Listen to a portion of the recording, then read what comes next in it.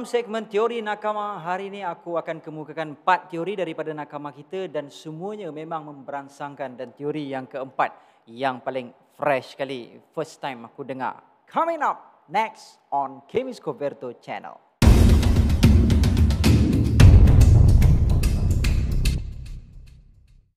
What up gang, Malaysia, Indonesia, Singapura, Brunei. Assalamualaikum, it's your boy Kimis Coverto and welcome back to my channel yang semestinya hanya akan memborakkan tentang One Piece. So sebelum kita ke teori nakama kita di sini again, aku nak minta support dari korang untuk channel Scoverto Anime, produk terbaru Scoverto, dan kami mensasarkan 10,000 subscribers sebelum bulan Julai. So please share channel tersebut kepada kawan-kawan korang yang minat anime dan kepada korang yang berminat untuk jadi salah seorang dari speaker Scoverto. Just record video review anime ataupun kartun ataupun tokusatsu sekalipun yang korang gemari dan hantarkan ke email Kimis Coverto. Alright, jom let's proceed with the content.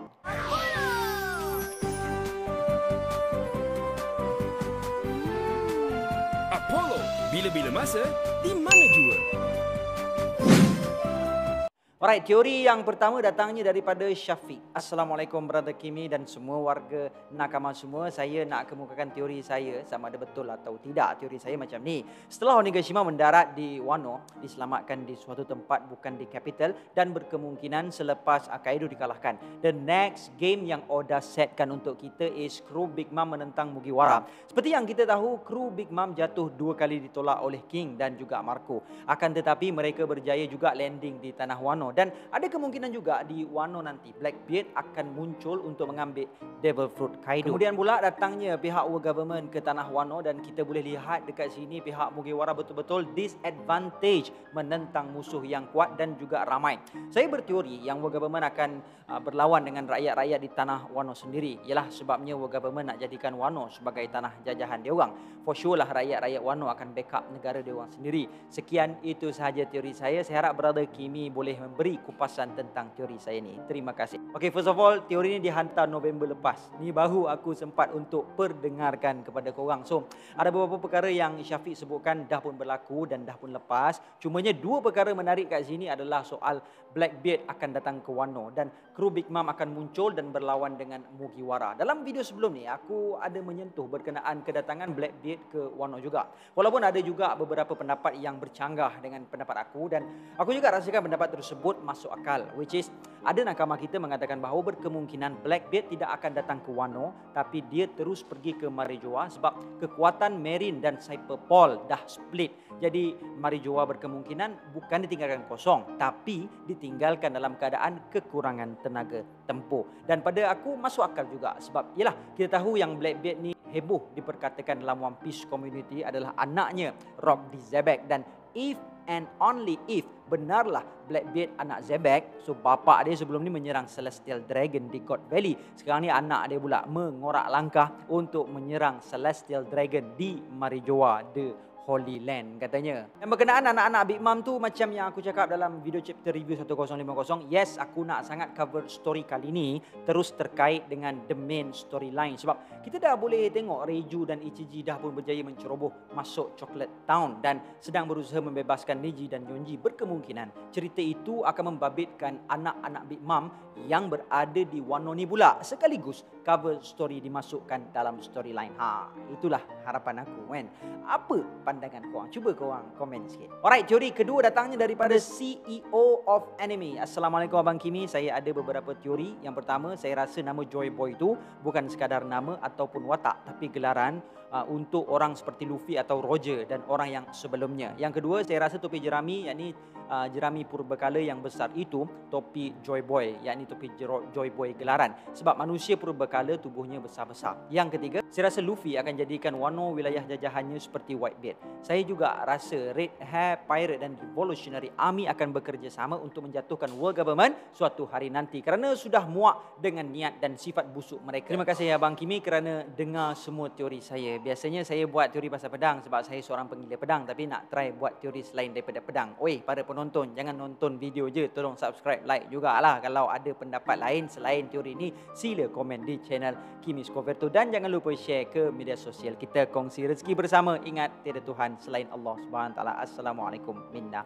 Waalaikumsalam. Thank you so much CEO of Anime for the thought. Dan untuk teori pasal Joy Boy itu aku dah kupas dengan panjang lebar dalam video sebelum ni. Dan kepada korang yang belum tengok lagi video tersebut, korang boleh tengok lepas ni. Dan berkenaan Revolutionary Army akan bergabung dengan Shanks tu, aku agak tertarik sikit. Jawapan dia for sure lah boleh jadi yes, boleh jadi no juga kan, sebab dia depend benda tu.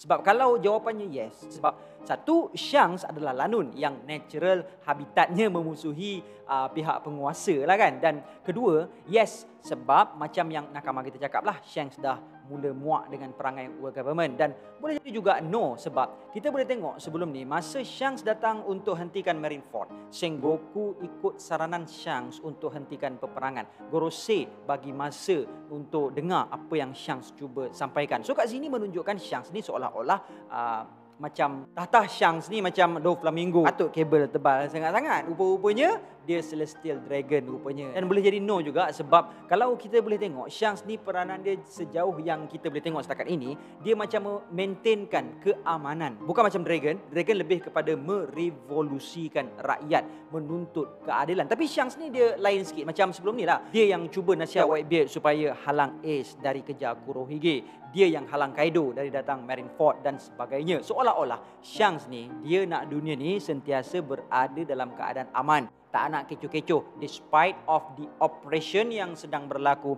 ketidakadilan yang sedang berlaku. Dia just tak nak kecoh-kecoh je. Itu macam kes Touch dalam kapal Whitebeard kan. Memang betul sungguh cakap Whitebeard, Nakama mati dalam kapal dia. Takkan dia nak biar gitu je. Tapi Shanks ni dia macam tak apalah, biarlah tu. Yang penting Ace tak payah kejar Blackbeard.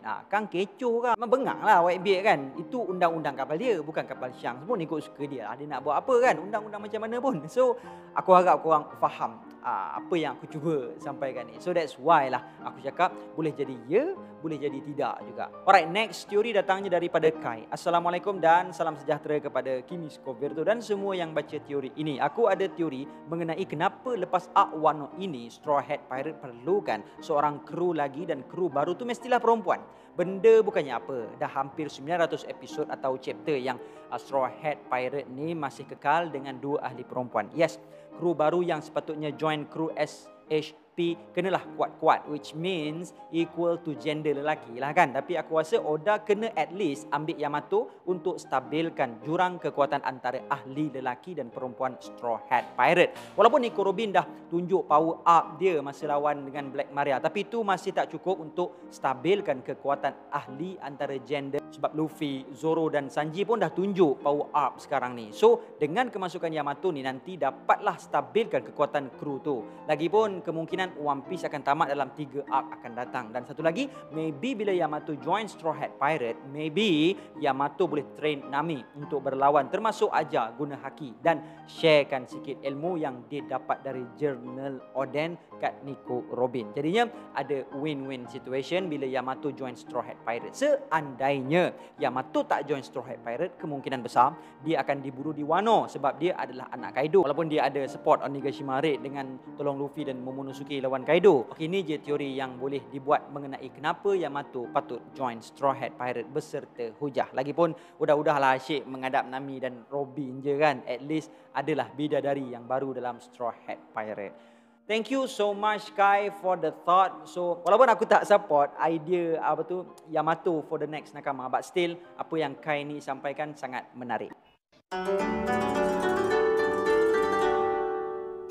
Support Nakama first. Dalam segmen SNF hari ini aku nak highlightkan IG Shop Restyle. Restyle menawarkan t-shirt murah dan berkualiti dengan material kain 100% high quality cotton, sejuk, lembut dan sangat selesa. Buktinya, aku sendiri pakai baju ni dalam video kali ni.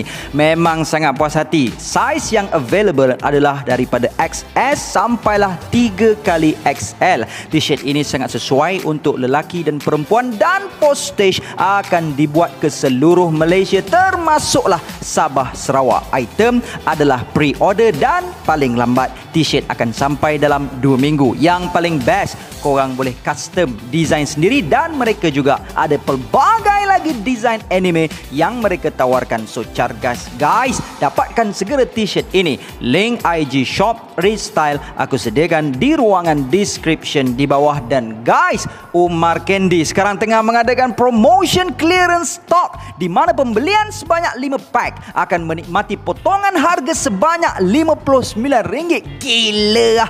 Which is korang akan dapatkan 5 pack Umar Candy yang bernilai hanya RM39 sahaja. Dan sekiranya korang berjaya kumpulkan poster mini Bounty Monster Trio ini, korang berpeluang untuk sertai lucky draw dan memenangi hadiah misteri. Tarikh tutup promotion ini adalah pada 25 Jun dan lucky draw akan diadakan secara live pada 28 Jun ini. Dan berita baik kepada korang yang dah pun berjaya kumpulkan koleksi poster mini Bounty Monster Trio ini, korang telah mendapat secara automatik 3 nama untuk lucky draw tersebut. Sila hubungi admin Scoverto di talian berikut. Alright, teori seterusnya daripada Plunderer. Alamak, sekali bahasa Arab dah.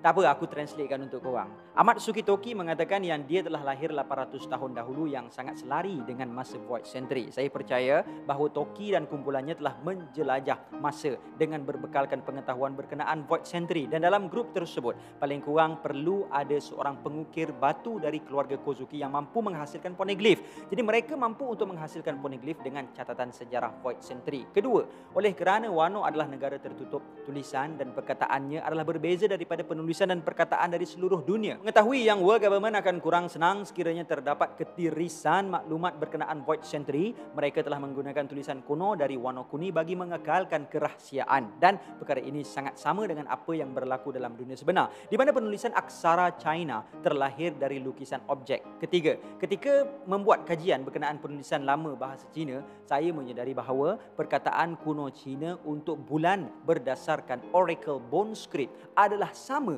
dengan huruf D dalam huruf Romawi. Jadi saya mula yakin bahawa nenek moyang dari kaum D adalah merupakan orang bulan. Dan saya juga percaya bahawa 5 keluarga di Wano entah macam mana berkemungkinan terkait dengan klan D kerana nama mereka memiliki perkataan seperti berikut. Berkemungkinan mereka merupakan keluarga yang berkhidmat untuk bangsa bulan pada zaman dahulu kala. Poin keempat, jadi untuk mengekang world government mengetahui apa yang mereka lakukan, mereka telah membahagikan teks penuh poneglyph tersebut ke seluruh dunia. Bukti Toki menjelajah masa secara berjemaah disokong oleh Sachi Hoko yang ditemui di dalam perut Nola, sejenis ular raksasa. Yang mana benda tersebut bukanlah berasal dari Jaya, bahkan berasal dari Wano Kuni. Jadi saya percaya bahawa jemaah Toki yang lainnya tetap tinggal di Pulau Jaya sementara The Golden City dibina dan meletakkan poneglyph di bawahnya.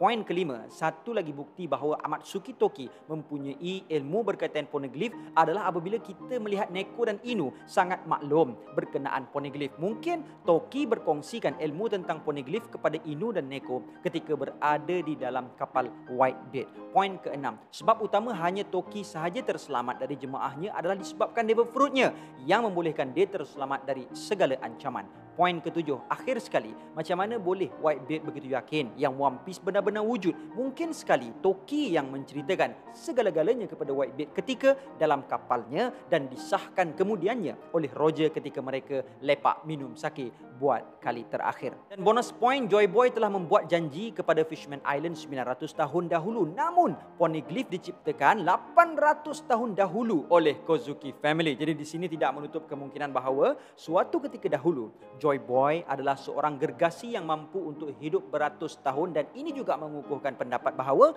topi jerami gergasi yang berada di Marijoa adalah milik Joy Boy itu.